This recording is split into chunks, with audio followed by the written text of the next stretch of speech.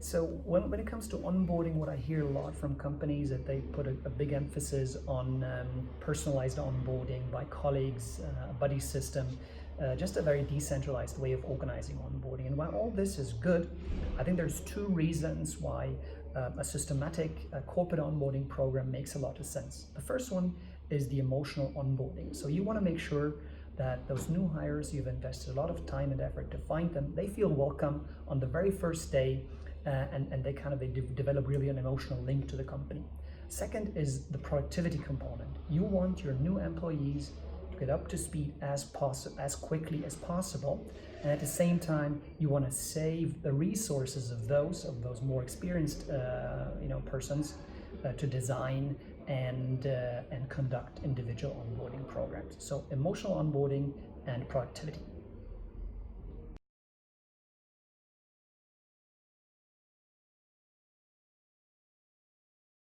Especially when it comes to digital onboarding programs, and I would say there's four major advantages. The one is consistency, right? With a very structured digital onboarding program, you can make sure that everyone receives the same content and the same message, independent of possible individual biases by the ones who give basically the onboarding. Number two is flexibility and speed, right? I mean, with a digital program, you can provide a good onboarding experience day one when people arrive, so people don't have to wait for the next corporate entry day that may happen in only 3 months or 6 months. Then it's saving of resources, right? Saving of resources who conduct the onboarding program, and while that's important, you want to make sure that the time is spent on really valuable conversations rather than giving the basics. And then number four is the scalability. Right. So with scalability, I mean, it doesn't matter if you have 10 or 10,000 new hires, right? You have a digital offer, no matter what numbers you have, they can all take it, and there is no additional costs for that.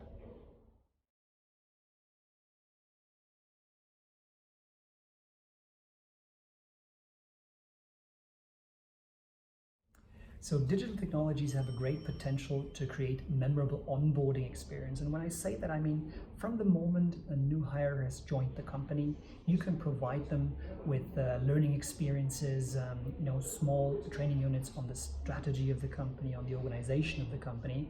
So basically even the pre-boarding phase, so before a new hire starts the new job, you can start the onboarding experience, and then you can create multiple touch points along the entire onboarding journey, and give them learning opportunities, give them opportunities to interact with their colleagues.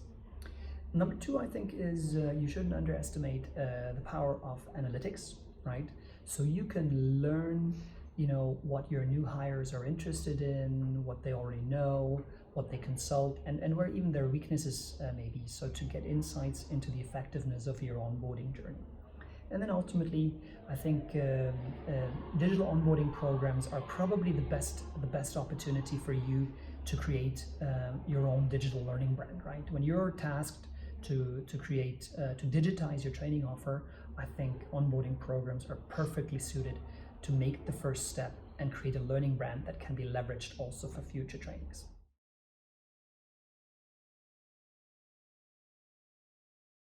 So let's quickly do the numbers, how basically classroom training, 1 day of classroom training compares to 4 hours of digital training. And let's look at, in the first instance, at a time horizon of 2 years to find out, will the investment in digital training be amortized in the second year. So the one thing that's pretty simple, what's the cost of the digital training? We said the initial production cost is 200,000. From year 2 on, there is only 20,000. So if I consider year 1 and year 2, the total costs for the digital campaign are $220,000 in that case. Year 3 onwards, only $20,000 every year. So that's the easier part. And let's now see how much costs can be saved in the classroom setting. On the one hand, it is the trainer costs, $2,000 a day. We need 10 sessions, so 10 trainer days. The total would then be $20,000 per year.